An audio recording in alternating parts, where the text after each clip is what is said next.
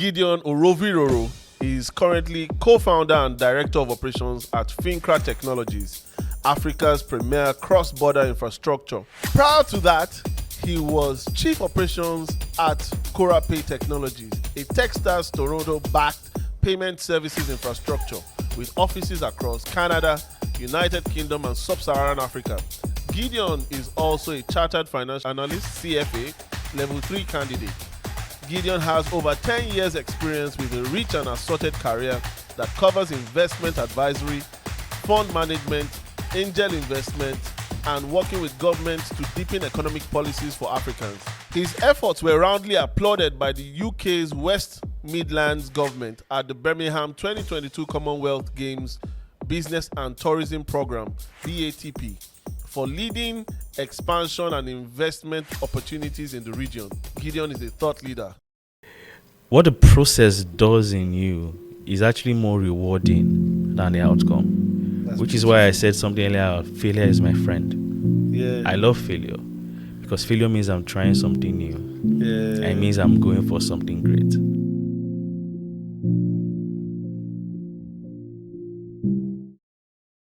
Hello, Africa, and you are welcome to another episode of CEO Unscripted on Mr. Jegs Africa.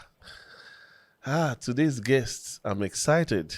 I know a bit of the story, and you're going to be motivated. I promise you. You'll be motivated. You want to do more. One of the things that you learn is that even if you don't know where you're going in life, you can still make it. You can still adjust. You can still keep pushing. Please welcome with me the myth, the legend, the enigma, Gideon Oroviroro. Thank you very much. Thank you very much. Thank you very much. Thank you very much. I call you Sir Jexy. Yeah. He's Mr. Jegs Africa. Mr. Jegs Africa. Okay. Anyway, so thank you for honoring this invitation in your busy schedule. Trust me, I know, and I appreciate you. Thank you. So there's so much to unpack, from you growing up and you being a co-founder now of a multinational, as it were. Did your parents have a part to play in it? Did you have silver spoon? So tell us about your growing up. Was it always good? Was there like some leverage? So. Okay, let me start with this first. Yeah. Mr. Jegs, I wanna thank you. Thank you. You don't get to be on this side, so but I also know your story, and I really want to commend your sacrifice. Thank you. Your commitment. Thank you. A lot of people have benefited from your generosity. Thank you. Thank you very much. On a forum like this, I want to start by thanking you. Wow. Thank you very much. Thank you. I'm very grateful. Thank you. No worries. So to the question. Let me first address a very big question. Yeah. Most people know me as Gideon Ogenetega. Yeah. Actually. And I had to go the Ogenetega route because, of course, Oroviroro is a mouthful. So, but Ogenetega is actually my middle name. Yeah. And I figured that, to make things easy for people. The beginning was like every other. My father is a civil servant. My mother is a teacher. Wow. My father grew up as an orphan. My father fought to get himself to school. Wow. So my father basically fought through the traditional African, context to break out and become something. And so I thank God for my dad. My dad is not Bill Gates. Yeah. He was able to put food on our table. I'm from a family of 4. Send us to school. That was good. That was enough. So the only thing is that my father kept pushing me. So by 9 years, I entered secondary school when I was 9 years of age. Wow. I was the youngest in the class. Definitely. And everybody knew it. I remember when I realized how young I was. The age I was going to be at SS3 when I was graduating. Somebody was that age with me, GSS1. For context. So I was in secondary school with men. So secondary school was a lot of personal battles. And that the climax of my life. So of course I'm just trying to put a lot of things together. Yeah. Happened at SS1. That was somewhere around 2004. At this time, I was battling depression, obviously, with all the issues. Battling self-doubt. In secondary school, I fought 45 times. I only won twice. And the twice I won was because a smaller guy came into school at GSS3, so smaller than me, and I fought him twice. Oh my God. So the constant fight was me. Actually, before I entered secondary school, my father actually warned me. He said that if you didn't, so I had 2 tries at going to secondary school. I failed the first one. He said if I failed the second one, I'm not going to school. I'm not sure if it's a threat or not. I just didn't find out. But I left school primary 4. That's how I could get into school 9. So people like it was dog eat dog, and I was the lesser dog. So, but how did you overcome that thought? That is actually where I met God. I see. Because I remember in SS1 when the peak was coming, like I was really, I was getting there. I was starting to accept the thought. And that's why SS1 was so pivotal. Because I remember one time I was in class and I just heard this voice behind me saying, "Give me your heart. Give me your heart. Give me your heart." No kidding. In SS1. SS1. So give me your heart. Give me your heart. Give me your heart. I knew it wasn't me talking because I knew where my mind was. Yeah. At first I looked around, I didn't know who was speaking. I now figured it was from within. That voice bugged me for 2 months. Wow. Give me your heart. Of course it was the Lord speaking. I didn't know it then. But it was at that point in SS1. I can't really remember them off because I didn't take note of that. But I got to that point in my life where I was like, this voice is asking me to give my heart. And I have nothing to give. Right? Like my life was in complete and utter chaos at that point in time. So I was like, what's the worst that can happen? Yeah. Right? If I follow this voice and then this voice disappoints me, it's not worse than this, right? Might as well just follow. Needless to say, I've followed that voice ever since. Wow. That's how I fought my way through suicide and depression and found self-worth. That's so beautiful. There's so much to unravel. I have a question. What if it was the wrong voice? Thank God we don't know. Thank God we don't know, right? Anyway, but I mean, the wrong voice was actually pushing me. Yeah. Actually, so I figured it's just down to 2 things. Right? Yeah, I know it can be worse than this. Take a risk. This is amazing. So you overcame that in SS1. So I mean, it was a journey from there on. Yeah, from then on. So, how did you find your way here into being co-founder, director, all those big CEO words. level? Yeah. So, and you did.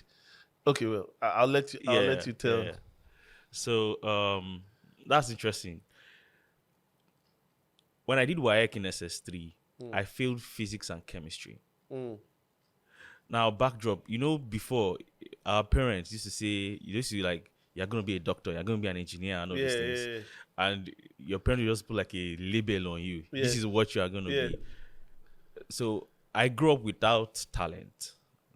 I had a very keen self-awareness from when I was very young. I knew what my talents were because they were just 2. I could speak and I could write. Finish. Okay. I did a very, so very you had well. talent. You could speak and you could write. That's it now.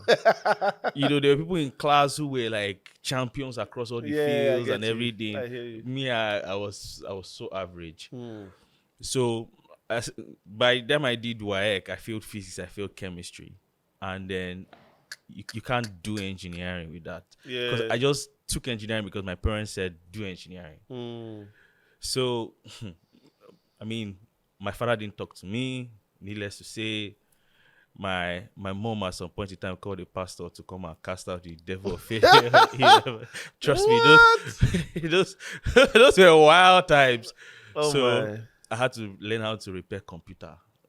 Hmm. Right at some point in time. Then eventually I went back to school again. I wrote WAEC again, and thankfully I was able to. I wrote WAEC with a vengeance, Hmm. and I was the best. I was the best. That In your physics I school? had, yeah, because I had to go to another school. Yeah. So for people who can't relate, at secondary school, you're like, I'm done with wearing uniform. I'm done. Yeah, I'm you done. had to. I had to wear uniform again. Right. Okay. And right WAEC and NECO. I passed, and thankfully I got into Covenant University, which Wow. was really where my life took off. Amazing. So, was there something in? Was it the voice that you heard that told you to choose Covenant? Was it something you learned No. as in your journey? Because leading an organization is tough. It's tough. It's crazy. Is It takes everything from you. It takes everything.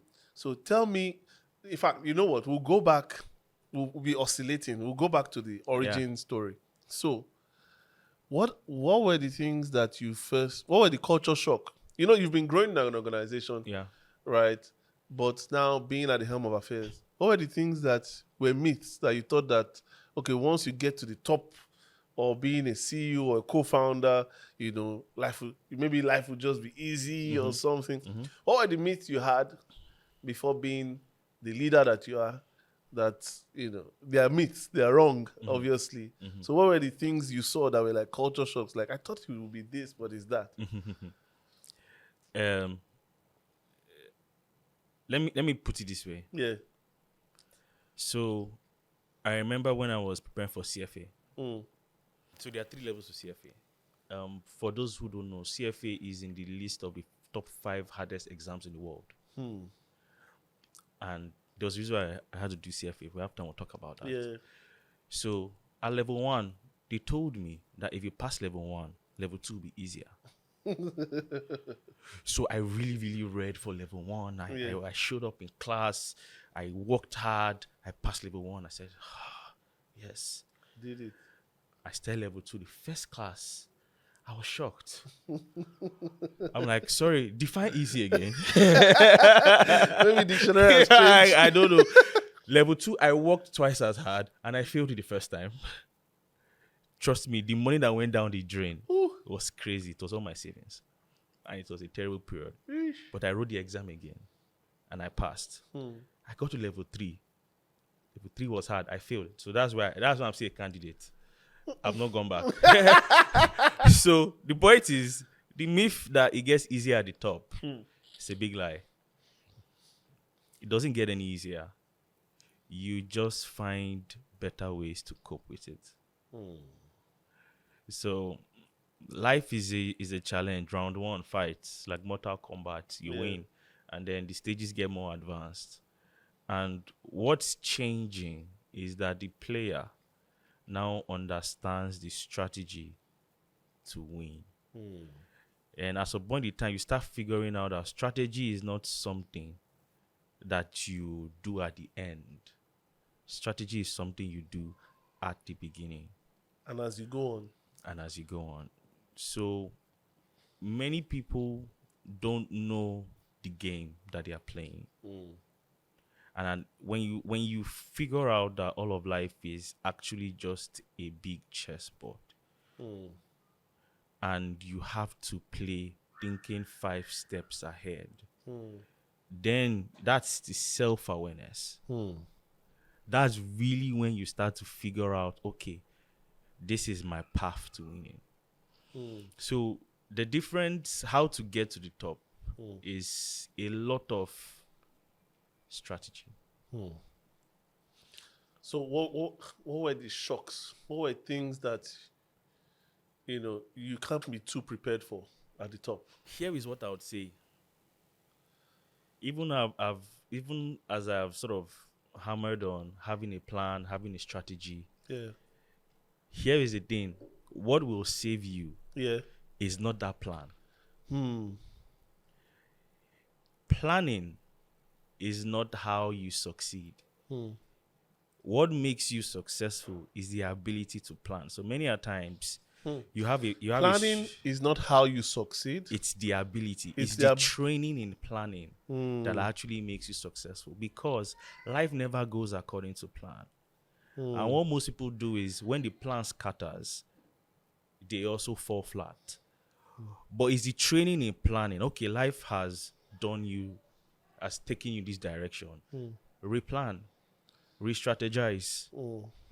And that's the ability. That's how you get back. So let me give you a story. Yeah.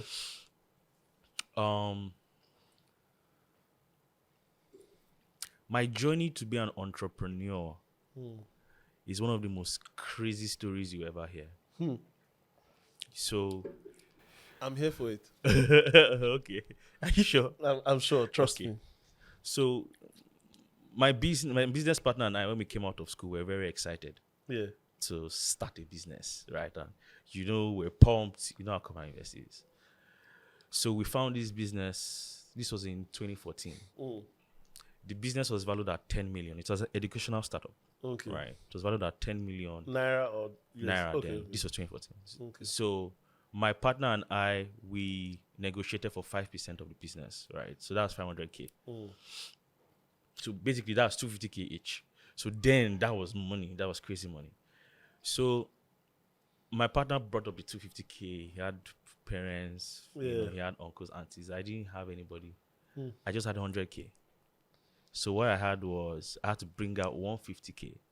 My parents were not going to hear none of that. They have kids to train. I didn't have rich uncles and aunties. So the question is, how do I bring out the 150K? So I got into a deal. 2014 was my service year. Yeah. I got into a deal with them. I said, okay, the only way I'm going to make income is with my Alawi 19.8. I'm going to pay you 15K out of my 19.8 every single month. Wow. Now, if you take out 15K from 19.8, what does that leave you? That's 4.8. Okay. I made a deal with the Lord that I will pay my 2K tithe. That was sacrifice. So after I paid 2K, what's left? 2.8. Yeah. My rent was like 1K. Indomie then was like 600 for a carton or something. Oh my. So what I did, the first day of the month when I just get my salary, there was one canteen beside my house. They used to serve hot pepper soup and ferus. So because I know that the rest of the month is going to be a suffering month, so let me have a day. Let there be a day of joy and gladness. Yeah. So I'll go there, I'll drink pepper soup. Pepper soup. Like it's my one day of joy. And I will suffer. Indomie and Gary or something. There were many days I was hungry. That was how I spent my service year. Wow.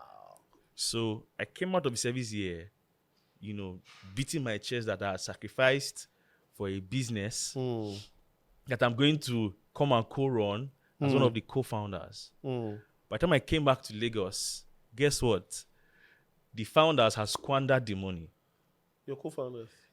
Not my business partner now. The guys who were running the business had squandered the money. So think of how I felt. Oh, all my investments. You should have just been eating pepper soup. I should. You should have been. But here's the thing. Yeah. I needed to go through that.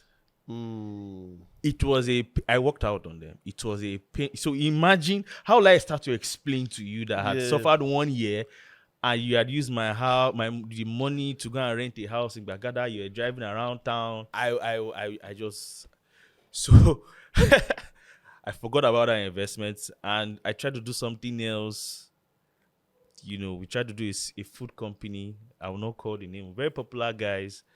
They ate the money, but they ate the money. A lady was doing her wedding. They ate the money. They came late for the wedding, and I was supposed to be the one to pacify the parents. So I had to pacify the dad. So imagine, we call it managing. You're managing the father. Oh, they are almost here. They are almost here. Meanwhile, the founders had eaten half of the money. So by the time they eventually came with the rice, the party was over. The father came, jacked up the founder of the business.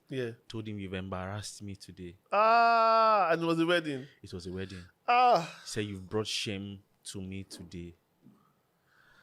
I didn't even drop my resignation letter. As I left the party that day. You left. I left. Can I tell you the funny thing? It was like you had 158.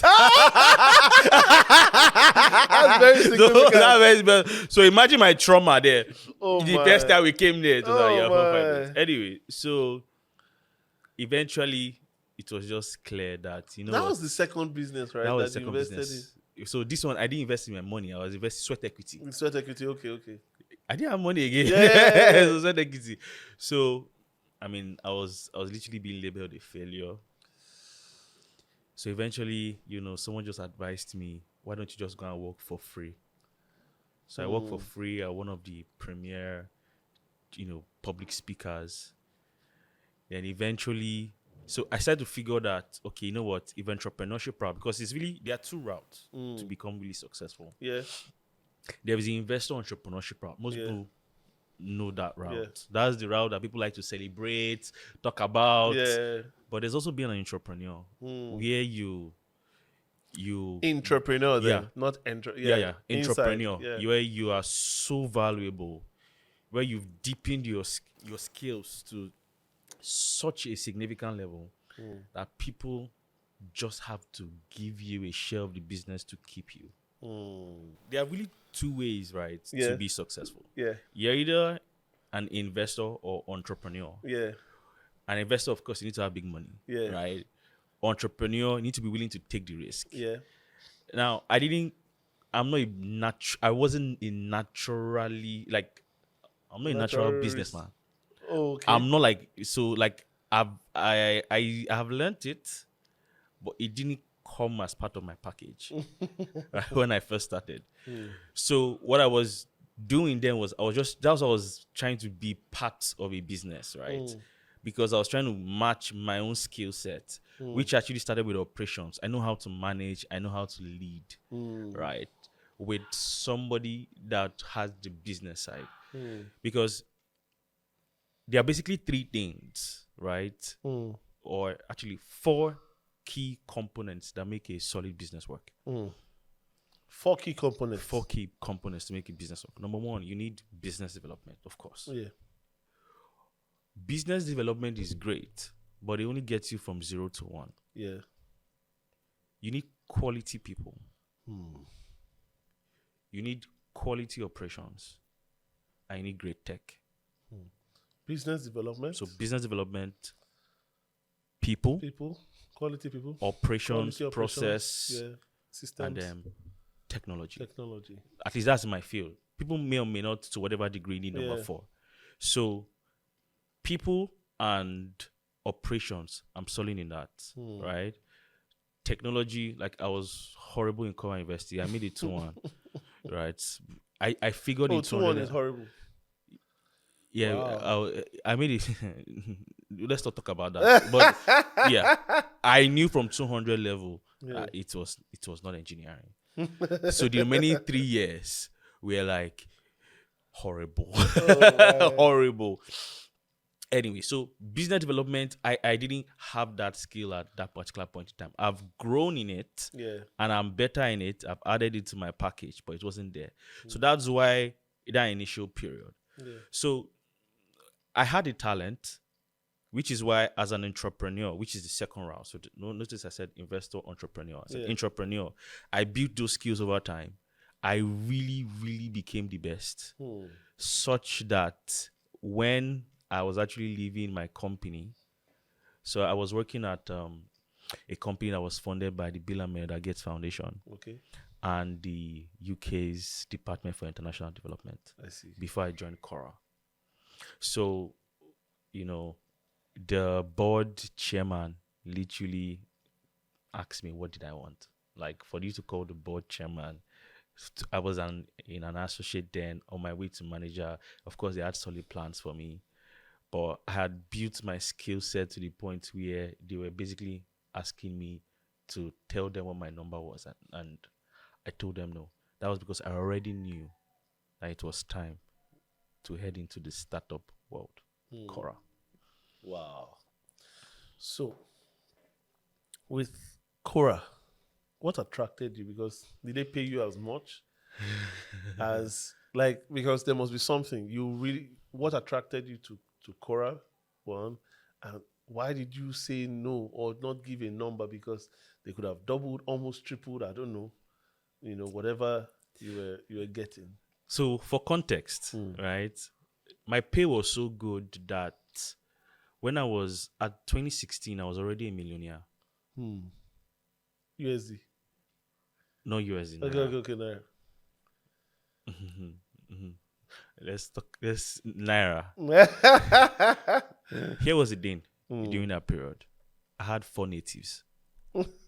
I was driving 1 red car. I was wearing 1 shoe. I had 4 natives. 4 natives. We had 1 shoe, 1 car. Why did you have just 1 shoe? Because all my money, I was saving it for CFA.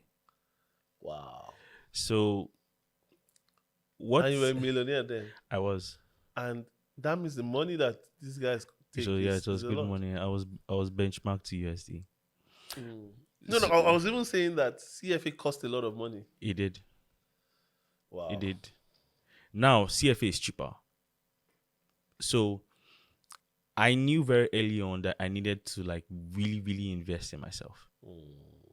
So okay, let me first speak to my journey from computer engineering. Why did you choose to write CFA from computer engineering?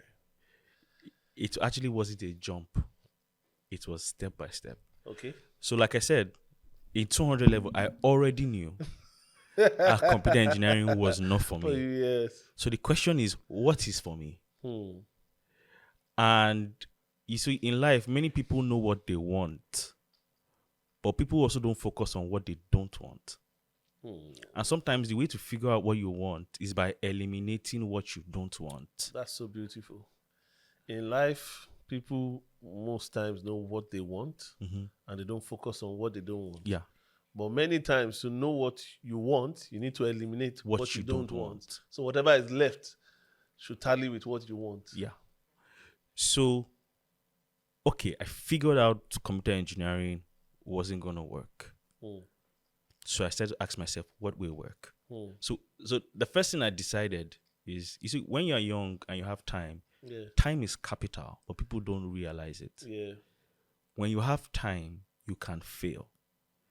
You see, the best time to start figuring out yourself, right, is when you are 17, 18.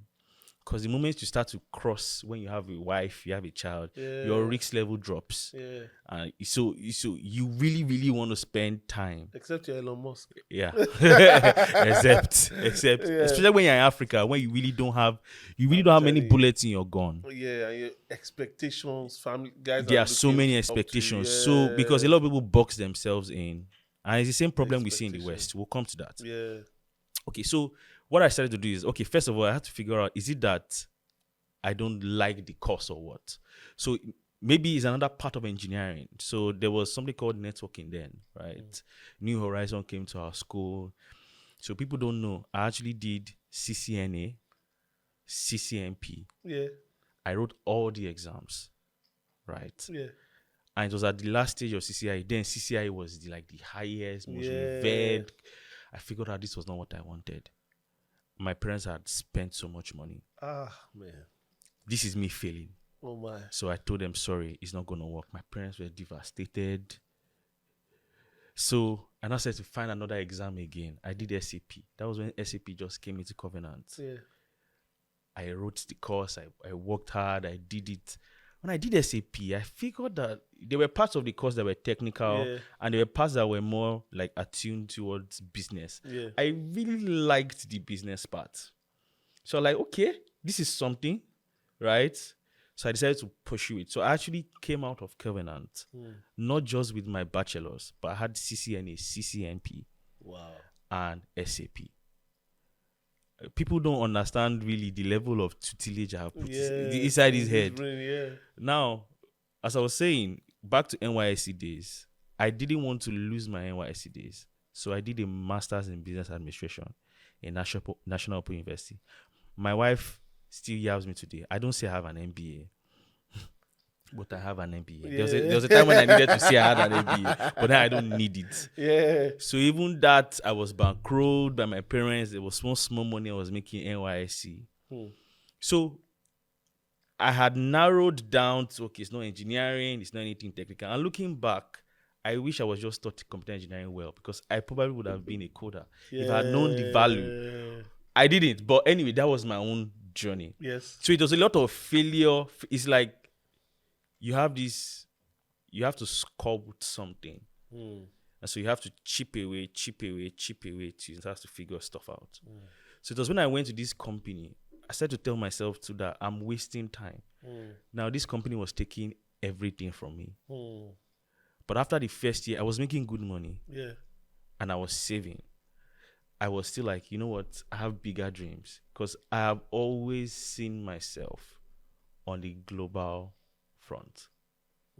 I've always seen myself. Those were the things. You know, I said Covenant University was really what shaped me. God gave me dreams, and there was a reason why. That now we're now going towards ministry, because ministry is really at the foundation. A pastor, actually. Ministry was really at the foundation of why I decided to go for a career in this field. Okay. So because of that drive to just be better, I was already figuring out that, okay, it wasn't really accounting that I needed to do, but it was finance. There's a difference between finance and accounting. Most people don't know, but there's a difference. And so I couldn't do ICANN, because ICANN requires some like accounting experience and other things. So I told myself, what is the biggest exam in the field of finance that if I get it, it will make up for me being an engineer? CFA is such a distinguished certification that when you have it, you have the respect of everyone in the finance and investment field. That's why I went for it, and it was so costly then. Did you have a mentor, somebody who was telling you how? Because this, you're just saying it as if you're just making the right decision, like your life. This is a lot of failure. I know it's a lot of failure. It's a lot of failure. But I wish I had so a mentor. analytical to say, okay, I don't want this. I want like knowing yourself. Who taught you to know yourself, to say, okay, I want this. I think I can be good at. In hindsight now, it's easy to say, okay. It's like you had it all figured out. That's the way it looks. No, on the contrary. So don't forget, it's like I'm sculpting something, and I'm chiseling parts that I don't need. Yeah, or you're painting. Yeah. Yes. So is that deduction of, okay, I don't know what I want yet, but I'm going to figure out what I don't want, and I'm going to take it out. I guess I learned that being an independent thinker from secondary school. When you are being bullied, and you're being beaten, right? You start to figure out that, okay, my superpower is not in my muzzle, right? I have to outthink. So now, when the bully is coming, I have to run. How do I run and still save face? Yes.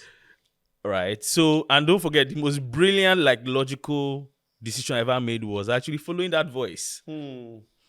Right. So many a times I guess I just, over time, when you get beaten over and over again and you fail repeatedly, you just come back and like, okay, what should we do better? So is that removal of elimination? It's elimination. And that's really what helps me, because there was no blueprint to say, go this way. It's actually figure out, okay, there are 3 roads. I went to this road, there was a snake there. Okay, back. It's down to these two. Okay. I went to this one. Okay, so very likely it's probably this. So because I started failing. I'm feeling early, fast. moving forward. Yeah. So it's how I try to narrow down to okay. And many a times that's really at the heart of fundamental thinking. When you narrow things down to okay, possibly these are the likely scenarios. I test. Okay, I fail. I test. Because you see, there is no progress without failure. So as I was saying earlier, I'm a big fan of failure. So there are two types of failure. There are losers, people who they just sink into the abyss, the pits of just I'm gonna be, I'm not gonna make any improvement in life. But there are people who don't settle. I hate settling. I totally hate settling. So like I am comfortable being uncomfortable. Right? It's like people don't understand that the way to peace is through war. People don't know it. People don't get it. So people who think that the way to be peaceful is to look nice and you're gonna get eaten. So it's in figuring that out. Pure just elimination. Which is why, again, focus many a times on not just what you want, especially when you are in the valley of self-discovery. I'm trying to feel my way through, right? I get beaten here. Okay, don't cross here. Let's go back to 4 natives. Yeah. And 1 shoe. Yeah. Why, if you were earning good money, why didn't you just splurge a little, especially with your experience with your former business, where you were so shrewd, you wanted to invest in a business, and you found out that hey, they squandered your money. You should have learned your lesson from that point. That hey, leave a little. So why that? I was saving, just preparing. Now I didn't even know I was going to use on CFA, so I was planning on investing and buying land at that point in time. But then when the CFA option came up, and I knew, so it wasn't just about the certificate for me. It was the training and development it was going to bring to me. So I had 2 options. You either invest in CFA or invest in real estate. What made me choose CFA is that I realized that the biggest real estate in the world, the most productive real estate in the world, is not on any land. It's the mind. It's the mind. So if I invested in this real estate, I'll make more money to buy the tangible real estate that I can see. Yeah. That's how I made my decision. So I think I remembered then CFA cost somewhere around 2 million then. Wow. This is 2016. That's when dollar just went from 199. Dollars around 199. Yeah, it was just going up. So imagine, so I wiped it then. Immediately I passed, I enrolled for the next CFA. That was over $10,000. Roughly. So I enrolled for the next one. That was an additional like 2 million in total. Wow. Right. So it was the exam. Then you also have to fly abroad, like abroad, Ghana, no abroad, because they weren't doing in Nigeria then. Yeah. So it was win or go home. That's what it was. How was risky. So imagine when I failed CFA like level 2 the first time. My life stopped. Man. My life, everything stopped. I for just buy that land. I felt like I was jammed to jailer. When they say money down the drain, that's a big drain. So imagine having to like pick yourself during all those times. So imagine if that's, I wasn't buying fancy shoes. Yeah. I wasn't buying fancy watches. I was rotating that. So imagine having all that money and still looking. I went for a date. Yeah. Let's not go there. You were going on a date? Yeah. You didn't go with a yellow taxi. I know. Uber was Uber available then? Uber was Maybe not. available, but But you didn't go in a yellow taxi in or my Uber. defense, No. Before you defend yourself, I want the world to hear this. So you put her through a lot. That was traumatic. Then you went on a bike to your date. I wouldn't call it putting through. So that bike part happened because I forgot my wallet in the cinema. So Scam. To make I forgot my wallet. No, like legit. We actually left home with the wallet, but I forgot the wallet. Yeah. So I took Uber to the cinema. Yeah. Forgot the wallet, and Don't then tell me she paid for you. Or you transferred. No. Wait. I'll come to where she paid part. Okay. So of course I paid cash. I can't remember why I couldn't pay via bank transfer. So then I forgot my wallet, right? So we now had to take a bike to get back to my wallet, and she was very gracious, generous, and sweet enough to pay for the bike while I retrieved my wallet, and then we kept it going. Yeah, that's love. That is love. Okay. So if you love me, then so you were just shrewd, just saving. At that point, it was land or CFA. You failed the CFA, the second level, the first time. Went again. Why did you choose to? What kept you going? I mean, remember, you told us the backstory. You said, you were the type of guy who, people didn't have so high an expectation, and you were looking at yourself. You wanted to commit suicide at a point. You were suicidal at a point. You heard a voice that brought you back on track. Now you're doing business. Remember that you had some trauma. You saved all your you had like all your savings from. You didn't even get the chance to save it during NYC. Yeah. You kept sending everything. You were working for that share. Yeah. That piece of the pie. Yeah. Then you got in there and found out that, hey, it's gone. Mm-hmm. Then sweat equity. Mm-hmm. Then you found out that these guys are not trustworthy. Your future is not safe. Yeah. You left. Then now you're earning really good. Mm-hmm. And you were shrewd. Mm-hmm. Some will call it stingy to yourself Mm-hmm. because of the future. Mm-hmm. And, you did one. Yeah, you really passed the first level. Mm-hmm. Second level, you failed. Why in this world would you even try to go a second time? With that, do you see where I'm coming from? With that experience, yeah, you know where I'm coming from. It's you that lived the life. Yeah. Why did you go again? Because I believe that the future has a greater premium than today. Very beautiful. I would rather suffer today and enjoy tomorrow than enjoy today and suffer tomorrow. And that was the first thing. And the second thing was there is a vision I've always seen myself on the global stage. There was a dream I had when I was really little. In that dream, I saw myself on a global stage. When I told my father was like, go to school.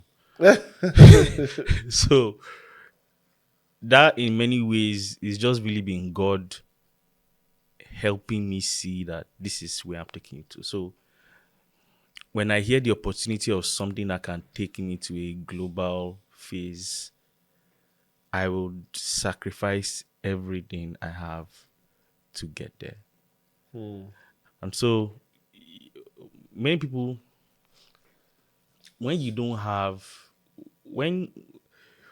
first of all, when people are not putting their expectations on you, it really helps you. Yeah. Right. One thing people don't realize about being too flashy. Of course, there are people who get utility from it, but you are just signaling to the world that okay, you are available. Yeah. And I realized that the best way to really help the most amount of people is not by selling your seed, it's selling the fruit. That's so profound. So if I'm going to have impact, not just for today, I have to keep sowing and sowing. And the thing about success, and this is what most people don't understand, is that your first try will probably not be successful. not with your second or your third or your fourth. Life doesn't even tell you what the sample size is. Yeah. You just have to keep failing. Of course, Or keep trying, you keep trying reasonably. Because the way life works, let me go to economics. There's what we call tail distribution. People know like there's a curve, the bell curve, right? Majority of people live their lives within, the uppermost part of the curve, Yes. right? But you see, there's what we call the tail distribution. Sorry, I'm showing off. You earned it. Yeah. In the tail distribution are low risk events, but with the probability for high significance or high payoffs or sell-offs. Now, the way investment really works in the real world, like fund managers will invest in 50 companies, right? They already know that 80% will fail. 10% roughly will be okay. Yeah. 5% very good. But you see that top 5, it will pay for the class. Yeah. That's at the foundation, the logic of investment. So when you see somebody, and they're investing in multiple companies, they invest in A, B, they're in the same, they don't know who will win. They are just making a bet. And that's really life. It's literally what Solomon said, sow in the morning, sow in the night. You don't know which one will grow. And so when you have seed, and when you are out, again, you are young, time is your only capital. Yeah. You need to make time your friend, not your enemy. And the way to make time your friend, of course, is by compound returns. I saw something interesting about how Warren Buffett became a billionaire. Oh yeah. Compound interest. Compound interest. He started a billionaire. He was up until 50, I guess. was he? Yeah, he started 30 for like 30 or something years. He wasn't a billionaire. Yeah. And then I think up to 60. Between years 60 to 65, I think he earned like $10 billion within like 3 years. Like he was well into his pension years. That was when the billions started to pile up. And somebody who started investing from the age of 11. 11, then, As I a think, young child. yeah, then I putting think his everything business. back. Yeah. Earlier on, we were speaking about the CEO of NVIDIA. Yeah. That's the company that makes chips that powers like ChatGPT and stuff. Company started in 1993. Wow. Right. And then the guy was building. It was maybe somewhere around 2004. They found out that, okay, these chips was going to work. And then they made a full company bet. Wow. But now he's a superstar. His share is the highest in the industry. Like compound growth is crazy. People denigrate and look down at the power of the, people like the overnight success. What they perceive. Yes, they like, the media mystifies it. It makes it look like, yeah, he just came up. Yeah, very funny. They just think it appeared. No. What the process, many a times people just see success as the outcome. Yeah. What the process does in you is actually more rewarding than the outcome. Which is why I said something earlier, failure is my friend. Yeah. I love failure because failure means I'm trying something new. Yeah. And it means I'm going for something great. So bringing this all back home, I took those risks that I did because I realized that if I could get it once, right, that one opportunity that I would get would pay off for all the risk. So the trick then was in positioning myself, saving, putting myself under, and betting on risks. If CFA didn't work out, guess what? I would have probably tried again. And I did try again. So when you have time, because you see, capital is that toss when you're retail, time, money, time, money, time, money. Right? You use time to get money. Right?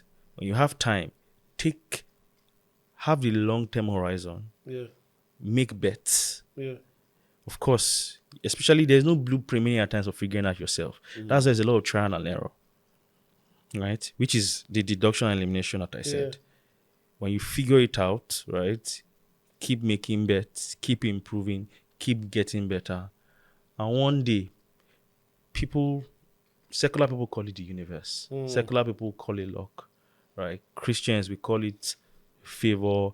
You know, a lot of people don't really know how luck works. Yeah. And that was part of what I was talking about, the tail distribution.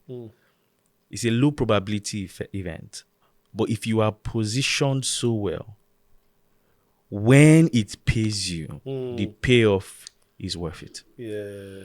So that's me bringing out all the ideas and concepts that we've discussed. That's what made you go back again. Yeah, that's the weave. It is, don't spend your time, your effort, your capital in frivolous things. Use that opportunity to improve yourself, to equip yourself, to position yourself. Right?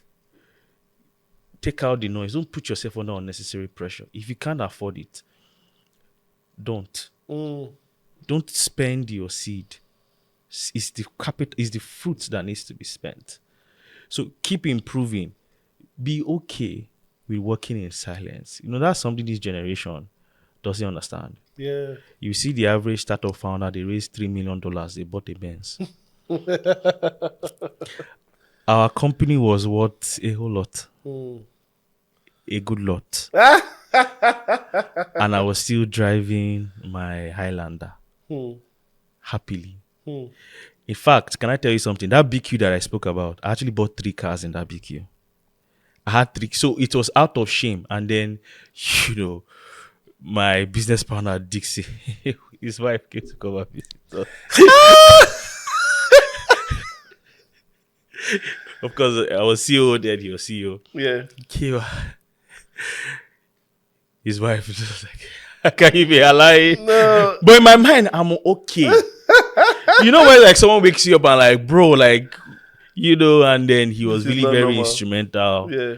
Because, you know, he of course, like, it's a whole conversation we want to speak about my relationship with, you know, different people who have been very instrumental too in, you know, how I've come here. That's if you want to go into that, that's a different road entirely, you know. But eventually, that make big bets. Yeah.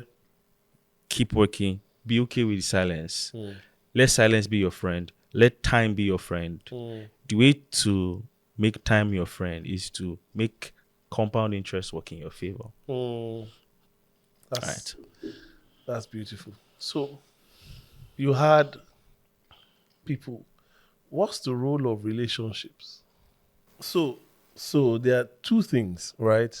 Did you have like you said a couple of times here that you always saw yourself on a global scale. There was like a mental picture. You had a vision, and you knew that the future held something way bigger, and you had to prepare for it. You said you had time as an asset for you back then, as a currency. So you use time to get money. Then you use money to save time. You use energy, you know, and time to get resources. So how did you know that? Was it that same voice that spoke to you? How did you know that you were going to be on a global scale? And in fact, in the conversation, it affected your decision in almost getting a pay cut, as it were, to go into partnership in this tech startup. You know, didn't you want job security because you were saving? Like, I really want to know, how did you come about that mental picture? And what role did relationship, would you have gotten here, you know, without relationships, without CFA? Would you have still gotten to where you are? So it's like a 2-3 part question. Yeah, there are 3 questions. Yeah. Would I have gotten here without relationships? Absolutely not. How about the CFA? It depends. Okay. Because CFA positioned me. I see. There are many people who have CFA. It hasn't exactly changed their fortune. You know, I didn't go into CFA for the certification per se, as important that was. I went into CFA, back to the sculptor analogy, to Yeah. get sculpted. So in CFA, I learned a lot about like financial decisions.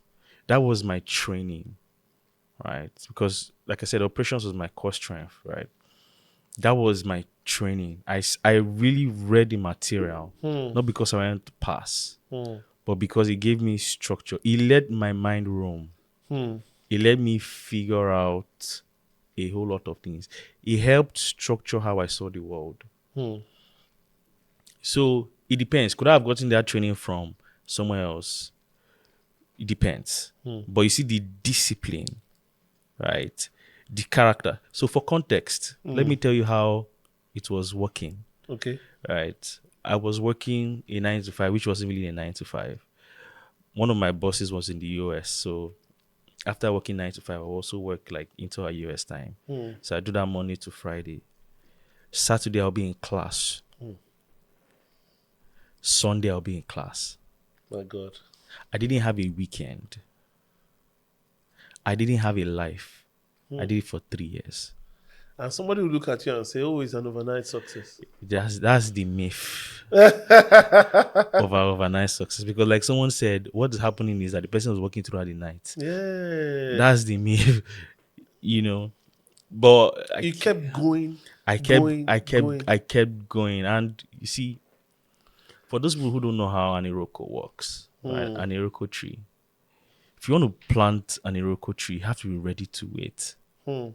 It's not planting a yam. It's not planting a normal crop. You have to wait. Your first year you won't see anything. Your second year, so it grows. It's like plant. It's like also building a skyscraper. Yeah. You build down, and People if building bungalows would have yeah, finished. you'd have People building finished. 5-story buildings would Yeah, have. because the foundation has to carry the building. And so that's the myth of Instagram, you know, a social media age where everything is rush, Yeah, TikTok. right? You Instant know, gratification. yeah, it has its good side. Yeah. Make no mistake about that. Yeah. But it also gives you the impression that life is Indomie, right? It's 10 minutes, I have my food. Yeah. But it's like cooking soup. It takes time. It takes time. And when you are cooking something that will be served on a global scale, Yeah. it requires time. Because when the pressure comes, right, what's going to make you stand is how solid your foundation is. Especially if you are competing on a global level. You know, what you said just, resonated. When you're preparing something for a global scale, it takes time. It takes time. You have to have built yourself, for when the pressure comes. I think that's very beautiful. So, now co-founder, Fincra, heading a multinational. What are the challenges you are currently facing? So like I said, So I heard there was, you had an issue in Kenya.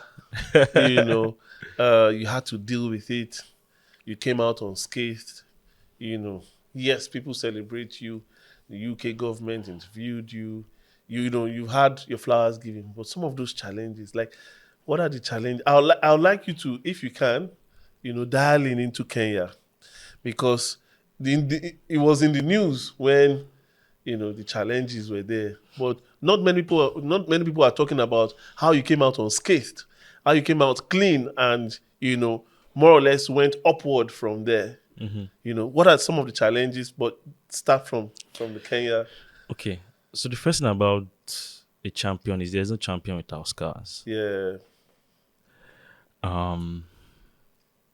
So the Kenya thing actually happened when I was in Korape. When you were in Korape, okay.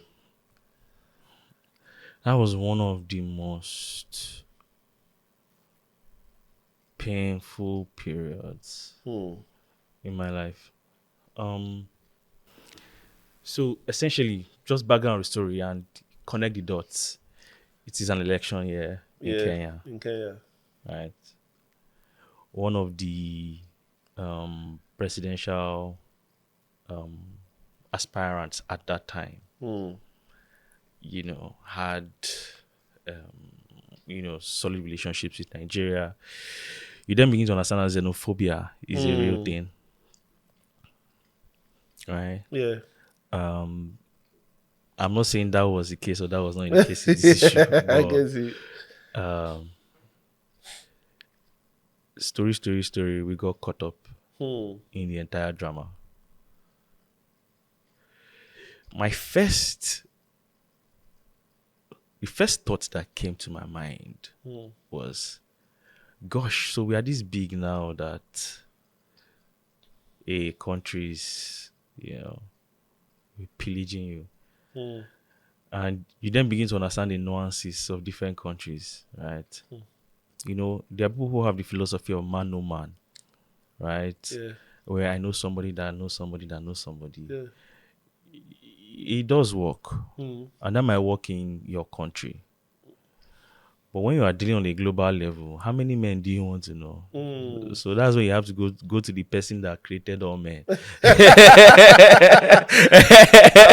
my God. So it was 6-7 months of just pure torture because I was in the news. My wife was in the news.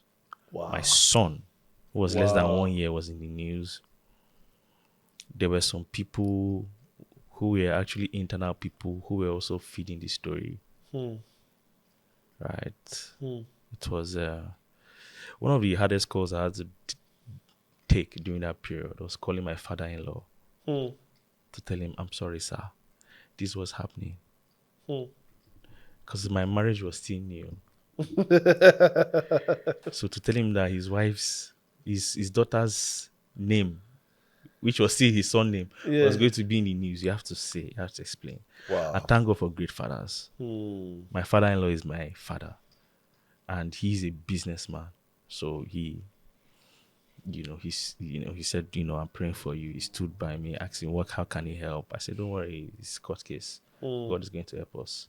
Your father cannot disown you. Yeah. So my father, So went, and during that period, you still have to be in front of the organization. You have to explain, you have to communicate to people what's going on, because you're hearing that their company is on the news and everybody's writing about it.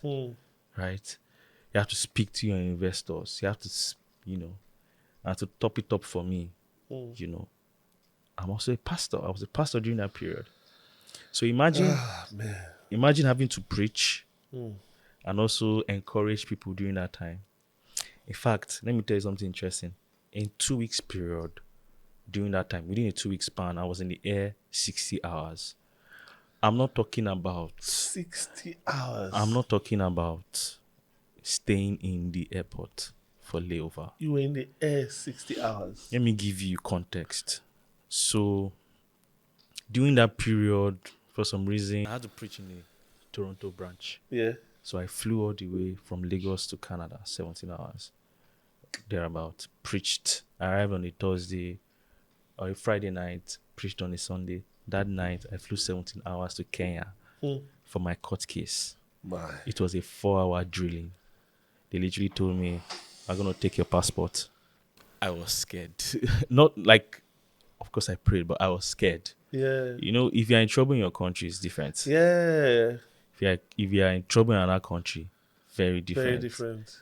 I was like, my passport, I was at some point in time, I'm not even like, it felt like, it was a very serious issue. Yeah. But from Kenya, and God is so beautiful, because what was a terrible situation. So the Kenya and the UK thing was linked so coincidentally. Prior to that, right? Yeah. People don't know. So in this global journey, I was denied 4 times to the UK. Wow. Is it because of the Kenyan issue? No. This was way before. Way before. Right. Okay. I was denied 4 times. I had like various times. Yeah. So of course I became a primary resident at some particular point in time. So I'm trying to tie the UK because it Okay. happened simultaneously. Yeah. Primary resident in the In Kenya. Canada, sorry. Canada, So okay. permanent resident in Kenya. My wife and I actually got married in Canada, in Toronto. That's our legal. So like we had interest in Canada, and then my last two applications, which were failed, of course, they wrote back to me that I couldn't show ties. Last 2 times they told you that Yeah, you didn't have ties. Yeah. So, and I applied from Canada, Yeah. and they told me I didn't have ties. And you had interests in Canada. And I had interest in Canada, of course, business interests, Yeah. and family in Canada. Yeah. So they just advised me take up the litigation route against the UK's Home Office. In clear terms, you sued them. Sue is a strong word. It's a strong word. But so you took up the litigation route. Yeah, the litigation route. There's a claims court. There's a court where you can present your case. Okay. And I presented my case. In 3 weeks, they gave me a 2 years visa. Wow. Right. Of course, now the relationship is now better. Oh, I see. I have a work permit. We also have interest there as well. But the interesting thing, and this is where it ties with the Kenyan thing, is because for some reason I was in Canada for 1 month. Actually, this was a time where I actually got the visa because I had to fly to Canada, and then I sent my passport to the US, the UK office in the US, right? Yeah. So during that time, I got an invitation, very, very coincidentally. It was really just funny, to an event, right? It was the Commonwealth Games 2022. Then I didn't know it. So I just said, okay, let me just call I didn't even I usually get a lot of all these invitations. I wasn't even paying attention, but this one for some reason. So I took it. They invited me. It was in Canada then. Apparently, it was a delegation from the Queen of the UK. That was, of course, before she passed away. Yeah. God rest her soul. God rest her soul. It was, so usually when they're having all these games, they go around cities to to raise publicity. So I was there with a few Canadian athletes, and then they brought out the torch that was given by the Queen. Wow. And then on this torch there was a recording from the Queen inviting people to the games. Wow. That was my exact reaction. Wow. So I first thought it was okay, are you guys messing around? But then it was legit. So, eventually that led to a series of meetings. Okay, I think I believe you guys now. So they told me, you know what, you're going to be, we are going to come on a special invitation from the Birmingham government because the Commonwealth Games was, holding in Birmingham. And this had so first of all, that's where things started to go haywire. Yeah. Because they really, really liked us for some reason. And then, I was featured in a quote that had the Prime Minister, right? Then, Boris Johnson. Yeah. And then the mayor of the West Midlands, and then the mayor of Birmingham, and then, your boy. I was okay. This is escalating really quick. Yeah. And then they invited me, right? The Birmingham government invited me. So it was with this backdrop that the entire Kenyan thing was happening. Yeah. So it now got to a point where we're okay, on one hand, see what Kenya is saying. Yeah. And see what UK is saying. Yeah. Believe. What do you want to believe? Right? So for my court case, now back to my case, where I was being drilled, I was actually supposed to fly out to the UK. On the which was going to be my first time. Yeah. On the invitation. Yeah, of the Birmingham government. And, by proxy, the Queen, she invited you guys. Yeah. By the Birmingham government. Okay, let's stay on business. Yeah. So, and then it was that trip from Kenya to UK was one of my most, I was scared. I was literally at every point in time wondering, was I going to be, jailed, libel. Yeah. Till we passed Kenya airspace, I wasn't comfortable. Oh, you didn't know if they would let you. I didn't know they would let me go out. I didn't know if they would let me go. I just took a risk. It was a risk. So passed security. First of all, they really wanted to show me pepper in that security, Yeah. immigration security. Yeah. Had to show them I'm a permanent resident, I'm this, I'm that, I have this and that before they eventually let me go. And the So invite by the government. do you understand?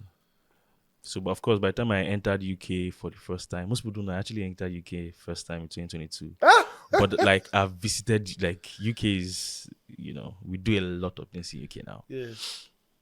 So, I mean, at the immigration, when the guy was asking me questions, why am I here? Why am I this? Why am I that? It brought me great joy and happiness to just show my invitation letter. And I immediately got a stamp. Welcome. Oh my gosh. Don't talk to. Why am I here? Yeah. Hold my beer. Yeah. Oh. I got to just come in. So I came in. I had such a warm welcome. We're taken to Aston Villa Stadium. Wow. The VIP. Wow. Right. One of the MPs addressed us. I was given a medal. I was given all this funny, great stuff. To cap it all up, we're invited to the opening ceremony of the games, and that was the first time I ever saw the. I'm looking for the word now. The word is pompous, but not pompous. So, because that was supposed to be the Queen's last event, because then she was very sickly. So she was represented by who is now King Charles. Yeah. But like when you saw royalty, when I saw royalty, so first of all, cars came. Yeah. So it was a show of elegance. It was a show of royalty. So like Range Rovers, bro. Class. I'm talking of the vintage cars. Yeah. And you know how British guys are, they drive from the left. Yeah. So, like I think it probably somewhere between 80 to 100 Drive from the cars. right. You drive from the right, yeah. So I was like, so we because we had front row, we were watching, and then we saw King Charles, then was Prince Charles, and then Queen Camilla. Of course, it was surreal, especially coming from Kenya, like from the grilling from your own kinsmen to appreciation from the rest of the world. Do you understand? Like, so of course you can't go close to King, but he was like within distance. Proxy. And we're just watching all what was going through you. I know it was just sorry. Like, run me through, like, did you go to the hotel from the airport or something, or did you just go straight? So they booked my hotel. Okay. So they took care of all the Birmingham government took care. Yeah, I know. Did you go and rest before that day, the next day? Yeah, I went to rest. Yeah. So when you got to the hotel, run me through what was going through your mind, like from the grilling you got in Kenya to this place. Now I'm in the hotel. Like, what's really happening? How about thank God? I called my wife. So even before that, the event before that, it was a closed door meeting with the Prime Minister Boris Johnson. That was his last event before he resigned. So a lot of really significant moments happened, and I felt like I was I had a slice of history. Yeah. Before it was good. It was good, right? It was good. I think it was that voice. Well done. Yeah. That's beautiful. So eventually, of course, it was a long back to Kenya now, because this was happening side by side. Challenges in business, so in a time where we're supposed to get bad press, all of a sudden, and people really don't like good news. Yeah. Bad news sells faster. So that's why they didn't. But when you now have like a superior news, like these guys, they've opened the office in Birmingham, me, I'm, here and there. I'm like, so it gave us cover for a bit. Yeah. Till when, by the grace of God, months after, this was sometime, is it October or November, the Kenyan government came and, basically just said, okay, there are all false allegations and everything.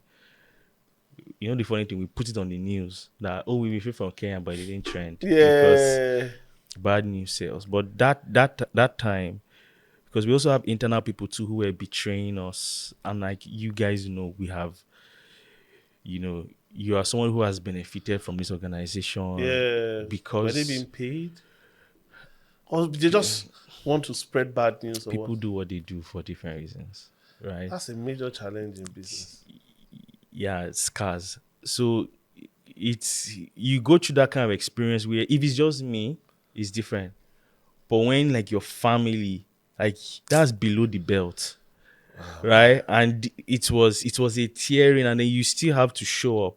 Like Yeah. imagine having to And come be to gracious. church. Yeah. Imagine Oh. and seeing people's eyes, and you know everybody knows those Yeah. eyes, and Yes.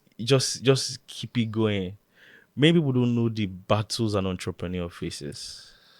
You Like can say that again. like what the struggle of being an entrepreneur, particularly on that global level. First of all, is you are dealing with you're a black man, Yeah. right? There is that, and don't even take me there. Yeah. There's also now like the critics. Like I'm not getting everything right. Make no mistake about that. Yeah, you're not I'm perfect. not perfect, Yeah. but like what we shouldn't do is not tear down, Yeah. The right? very thing, the Yeah, very boot that is taking all of yeah, us. and especially when it's a boat that's carrying a lot of people too.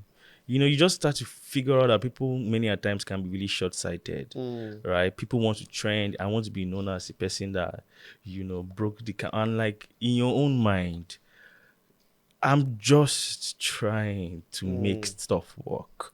Yeah, that's so emotional right Yeah, now. I just want to achieve my dreams. I just want to make Yeah. things better, not just for myself too, but for others.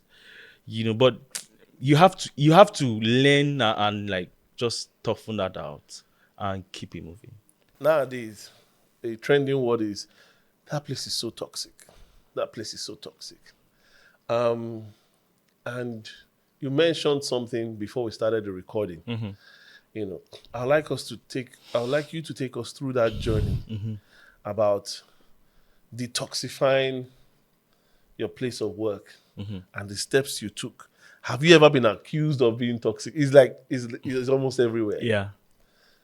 Take us. So sometime last year, that's in Fincra, right? In Fincra now, Yeah. yeah. So we did a poll, and then I was actually identified as being toxic. You. Yeah. Yeah, it's funny. So first of all, the Gideon in business and Yeah, the it's Gideon different. people is very different. Yeah, I know. Yeah, because like it's very You different. can't feel now. Of course, and I'm not here to play. So first of all, that took me aback. Hmm. But as an entrepreneur, like over time, you just learn to really have a tough skin, right? Hmm. So the first thing it was really causing a bit of trouble, and I was asking around, and am I toxic? Of course, in your front, people Ah, will tell you no, you are no. not, but you know how people are. So I decided to do something really, really bold and really, really crazy. So we have like a company retreat. The entire company was together From all over the world. from all over the world. We flew in people from all over the world.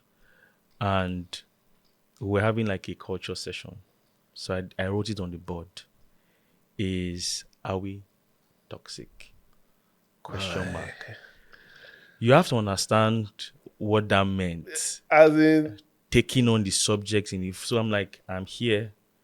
crucify me Throw or raise me up. it here. Yeah. And of course I said, of course that is also is a public place to you. So I said, first of all, if you want to write, if you want to be blow any whistle or do anything, write it to the HR manager. Maybe you don't want to speak out publicly, but let's talk about it. So and I said, first of all, let's define a toxic place. Of course, people now said that sexual, Yeah. different generations, we have different words, Definition. definition That for was so words. brilliant that you had to get definition from everybody. Yeah. So you have like So an anchor. let's write everything on the board. Yeah. Bullying, Yeah. sexual Harassment. harassment, I'm not paying you on time, Yeah. passive aggressive. We listed everything on the board, That's brilliant. right? And I said to ask, okay, are we done? Okay. Is there this and this here? Please talk. Okay. Strike it out. Is there this and this here? Strike it out. Strike it out. Then we now came to what people define as toxic. And again, make no question, they are very toxic places. Yes. Make no question about that. And those entrepreneurs need to change. But I've also learned that when you are driving for a certain level of excellence, right? Excellence, and this is what most people don't know, doesn't answer to 9 to 5. Excellence is an art. Excellence is who you are. Excellence is a personality, not a behavioral trait. So you don't get to choose when you're excellent. You have to be excellent every day. And excellence means that when your customers come knocking, come morning, come night, pick up the phone and give an excellent response. Because, you see, COVID gave something to employees, right? Yeah. But there is also, when there's a left hand, there's a right hand. Yeah. If you're no more doing a typical 9 to 5, right, where you come into the office and then you get to work from home, well, in return, the employer is expecting that you do your best. You deliver. You so deliver. Now it's based on delivery. It's based on delivery. So, you see it as a relationship. And let me put it this way, because this is a very, very sensitive territory. As an employer, you then begin to figure out that there is an employer mindset and there's an employee mindset. So many times as an employer, and I'm talking to people who I'm just striving to be great. I have a vision and I just want to hit it. You will learn over time that sometimes all you can do is your best. You pay great salaries, you make sure it's a working environment. All you can do, you as an employer, you can't have it all, to be honest. And you just have to ask yourself, what am I going to settle for? Because if you really want to expand in the market, because it's a cutthroat market out there, people don't know what the employer takes. The employer takes a lot of, sorry to use this word, BS. Because, when you're an employee, and again, I'm referring to an organization where it's really about like getting the job done. Right. What in the workplace you are dealing with, like your manager, maybe your manager is talking to you in a certain way, or there are multiple things. Or this is not a broad list. I'm just giving examples. When you're an employee, when you're an employer, you take BS from your employees. You take BS from customers. You take BS from the government. You take BS. You take it all. You take it all. And when you take it, guess what? You are still expected to smile, shine your teeth, and support the employee. And we are working before we even start to the Nigerian problem. Just the global problem is pain enough. Again, I'm referring to the serious companies, not the ones that are messing around, not the ones that raise money and then the founder is driving Bentley around town. No, I'm referring to the ones that are serious, that make money from. This is different. Is serious. They are making money from revenue. Now, some will make money later. Make no mistake about that. But I'm preparing to people that their plan is to make money from revenue. And not from other investors. Not from other parties. So I'm ready to those serious ones that really know their books and their eyes are on equity. Right? It takes you, then you take nonsense too from investors. Everybody's giving you shit to eat. And many a times, you see that your boss that you think is strong, when he's in front of a customer, that's when you know that, or in front of the board, he will take it because it's his job. And so many times I miss the employee days where life was simpler. Many days I do miss it, because the truth is, the way life works is the more the risk, the more the reward. So when you're a business owner, right, and you've put in, you see, equity is not just money. You see that sweat equity, There's blood equity. The entrepreneurial journey is blood, sweat, and tears, which is why entrepreneurship is not for everybody. Yeah. Because there are a lot of I think it's dying down now. It's dying down now. Go and get your business. And then now, because you don't know the price, right? You now fall off. Essentially, bringing this back home. Yeah. As an employer, you need to be gracious because even the best hiring practices sometimes will still allow a bad actor in. Just believe that. Even just do your best. Hi. And even when you get backstabbed or betrayed, sorry is what you signed up for. Yeah. Because there is no success without pain. Greatness, there is no champion without scars. People will betray you. Entrepreneurship. So in that meeting, by the time I was done, do you know what I told them? I told the company, I said, if you see an entrepreneur in this country that has made it through 2023, 2024 now is looking worse. So that's why it is. People that used to shout Happy New Year, be careful. Because people usually think that entering the new year is the end of the problems. Yeah. That's how we enter 2020. You say Happy New Year, say 2021. 2021 came. Okay, 2022. Oh my. Why 2024 now? I told people, I say, if you see someone, an entrepreneur that survived 2023, give them a glass of cold water. Yeah. They should drink it. Or chilled fresh palm wine.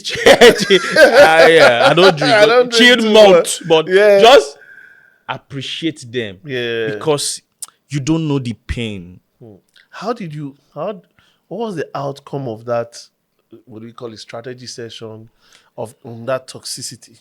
I think it's everybody understanding their role. So they got a clear picture that, hey. I don't know if it's clear. They got a picture. They got a clearer view. Because what happened is we had to be more serious about performance management. But if I'm on the employee side, here's what I would say. Because a lot of employees too, like you are a star, you're actually pulling in your weight. But many a times somebody is there dragging the efforts.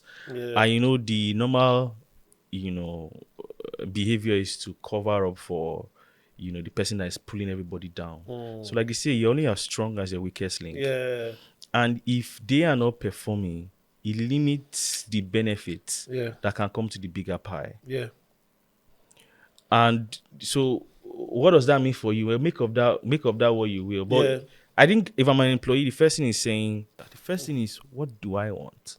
Can't have it both ways. Yeah. Many a times, again, life is a tussle between time and money. Energy, time, money. In fact. Yeah. You something has to give. You can't, you have to pay the price to have both time and money, or you use money to buy time.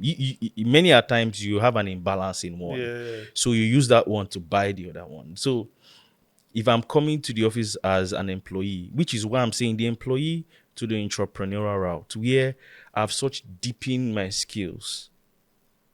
Because really what more employees want is more freedom, more time. It's so available. There's just a price to pay. If you want to be an employer, it's actually really not that difficult. Just be so invaluable, right, that your employer knows that if to let this person stay, I have to give this person a stake of the business, right? That's really the path to having it all. But then you will now get it and now figure out that it's a new set of rules. Yeah. It's just like... now you are the employer. You now know how it is. You are the one that is toxic. Yeah. Now you are the one dealing with those BS. Yeah. And then you're sitting. So imagine dealing with all that and then an employer who may or may not be performing. Yeah. An employee who may or may not be performing. I have to pamper them. Is now having the more demands. And then you are, which is why, again, as a generation, for instance, that has, there's a generation that really says a whole lot about that, what toxic is. Yeah. As you start to touch on your 30s, you start to, They're growing older now. You start to grow older. You're not like, okay, I think I'm beginning to get it. I'm like, no. Stay there. Maintain the same energy. Don't lose it. Keep it and see if you can take your organization to the next level. Yeah. With that energy. Yeah, and then you now start to figure out that, sometimes there's a reason why the world is the way it is. Yeah, that's so brilliantly put. I want to ask one more question before we go. Many countries, many continents. I know there are just 6 or 7 continents. Mm-hmm. Yeah, right. So, many continents, from the America to Africa to Europe, and I think you have some base in Asia. Not yet, but we're looking at that. Okay. Oh, yes. If you're calling okay. Dubai, yeah. So you have some base, you have something in Asia also, right? So that's about 4 continents. I don't know if you're in Australia and South America. Are you in South America? Not yet. It's an interesting market. Yeah, it's an interesting market. Okay. Has the race card played itself at any point? How do you manage? Take me through your journey of entering a country, say feasibility studies, or you do something. How do you get into those continents, those countries? What's like the protocol for you and your organization? If you want to know that one, you have to pay me. It's beyond the scope. I hear you. Okay, let's talk about figuring out a country. And just like my entire global view. Yeah. I want to share a radical thought.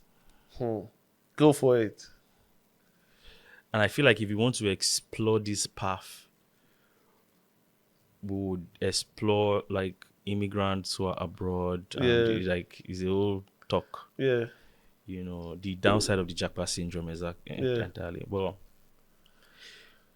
no one country can give you what you want. No one country can give you what you want. No one country can give you everything you want.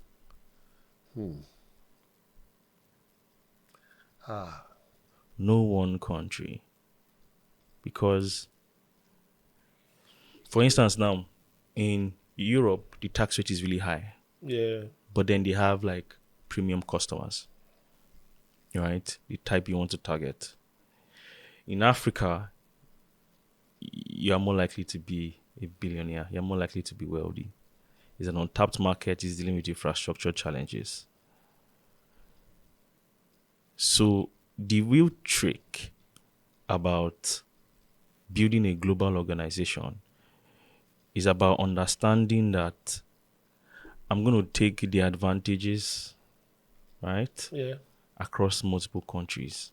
Or better yet, how can I capture the advantages across multiple markets? When you restrict yourself to one country, you restrict yourself to their internal politics, the dynamics, the context, and that may or may not work. Again, it really depends on what your ambition is. Yeah. Right? I feel like I'm also addressing the jackpot thing. And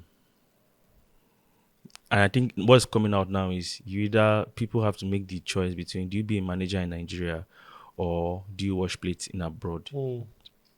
Different strokes for different folks. Yeah. Right? It depends on what you want. There are many more options than that anyway. Of course, but I'm just like reducing it to like a basic question.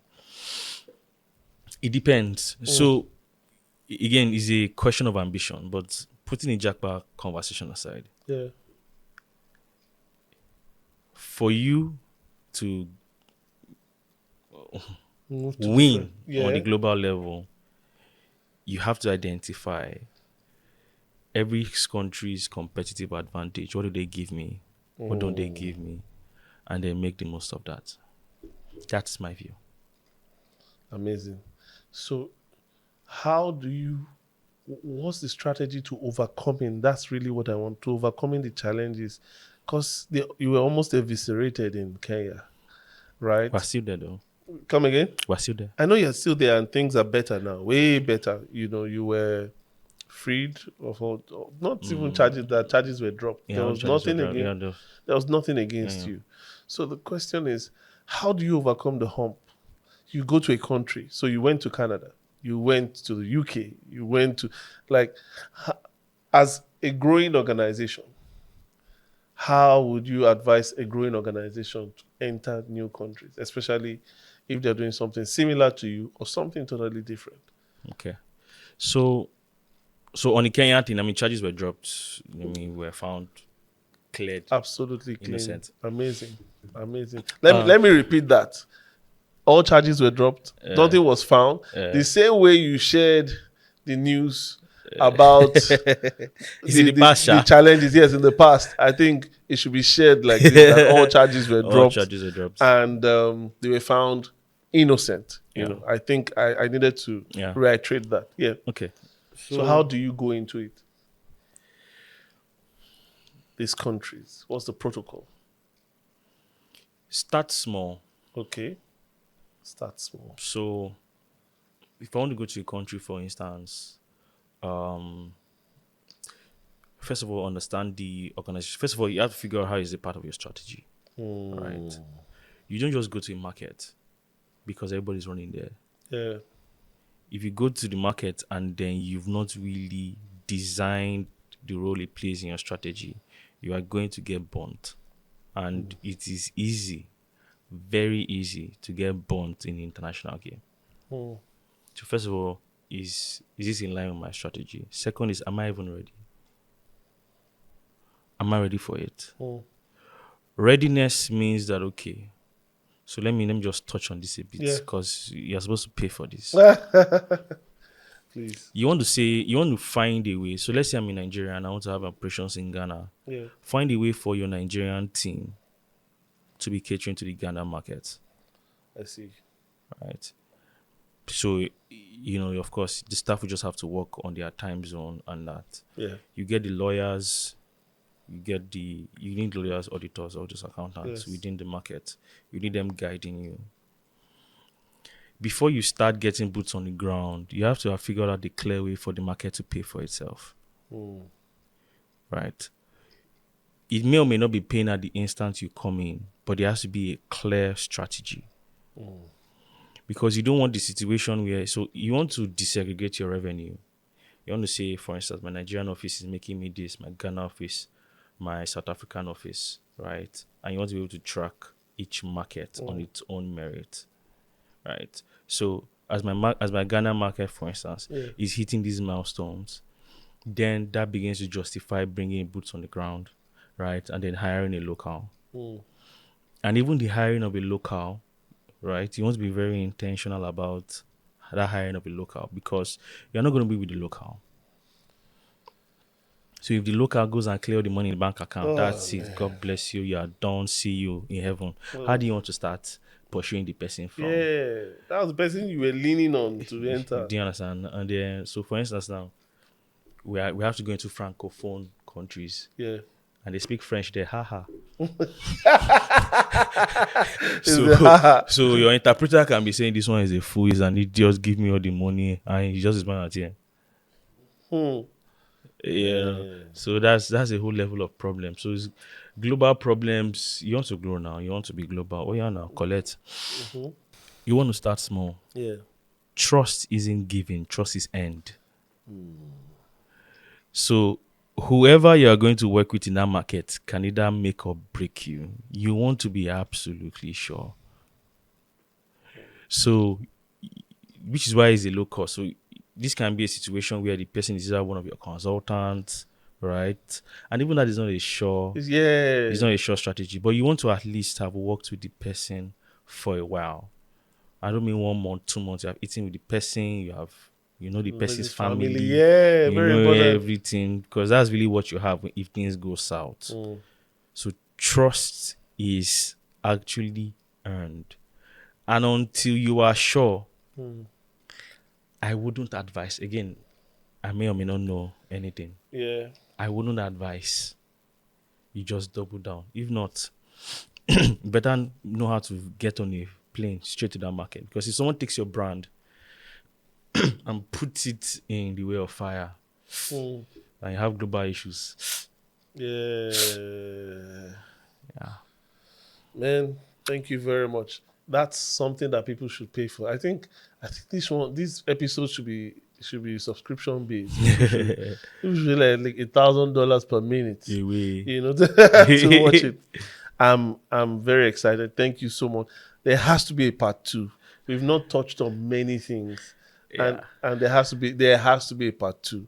And so we end the sessions in two ways, right? Not two ways. No, we end the sessions, doing two things.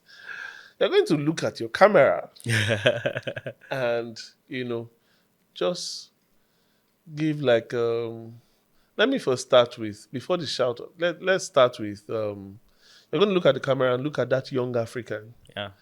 that is trying to find his or her footing, just doesn't know which direction to go. You've been in that valley of decision, as it were, and just speak some life or give that person some principles, some things to work with. And I hope that someday somebody sees you, like I usually say, somebody sees you like in an airport in Namibia, in Egypt, in South Africa, Mozambique. Somebody just says, man, you were the one, you said something in your video in Mr. Jegs Africa, and it really motivated me to keep going. From something you want to tell them about suicide, something you want to tell them about when people label you as somebody who is not so talented, is within a minute, maybe two, just those bullet points. Okay. Hi, my name is Gideon.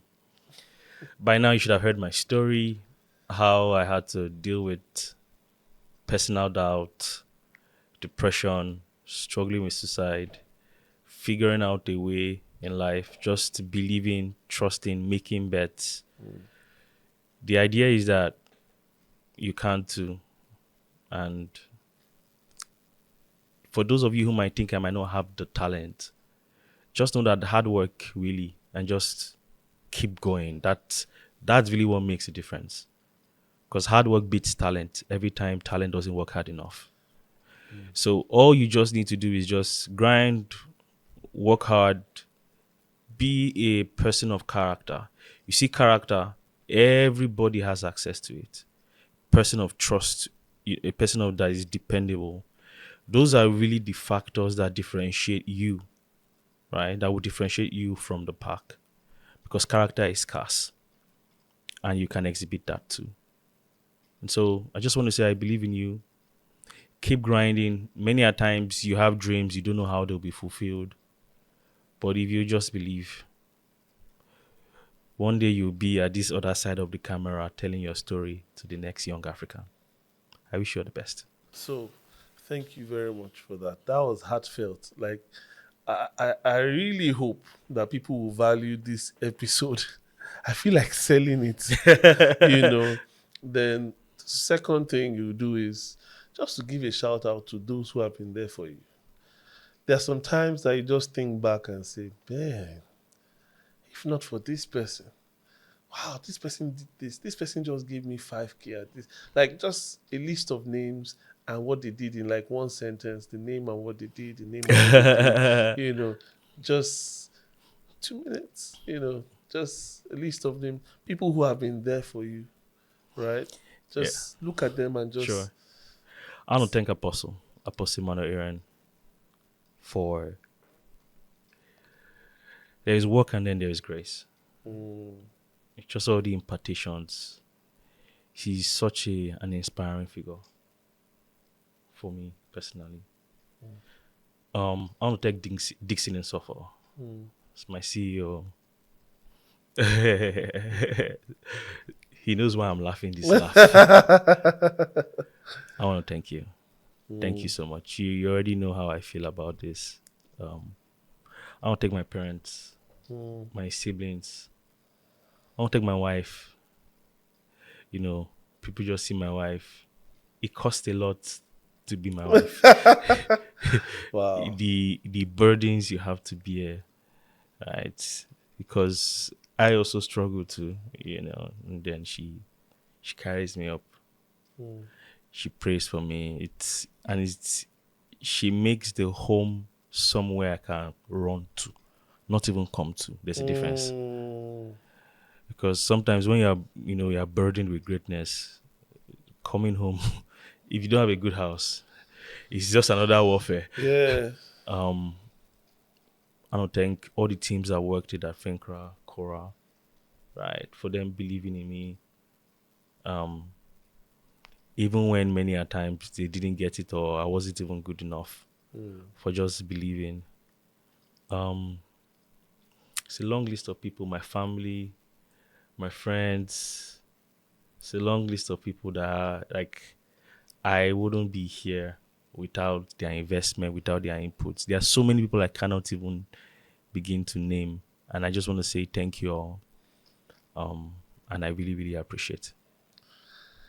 Thank you to everyone who got us here. Yeah. Thank you to the viewers.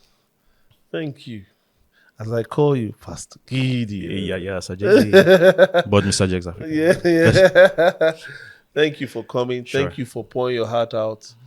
This is definitely an episode that I'll watch and watch and watch over and over again. And there's a lot to learn here. There's a lot to listen to unpack and see how you can customize it to fit your business. You know, definitely some things, may not apply to your business. So take the meat and throw away the bone. But yeah, thank you once again. Thank you. Thank you to the viewers watching till this time. I hope you learned a thing or two.